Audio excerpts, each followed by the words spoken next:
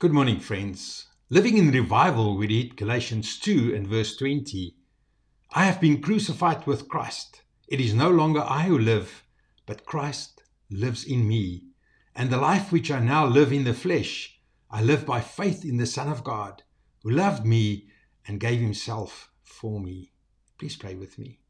Lord Jesus, thank you that I've been crucified with you and that my old life has passed away. Teach me to live each day by faith in you, the Son of God, who loved me and gave yourself for me.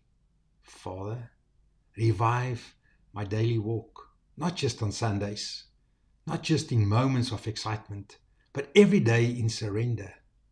May revival be seen in how I love, forgive, serve, and shine your light. Lord, let me live a life that testifies to your power within. I pray this in Jesus' name. Amen.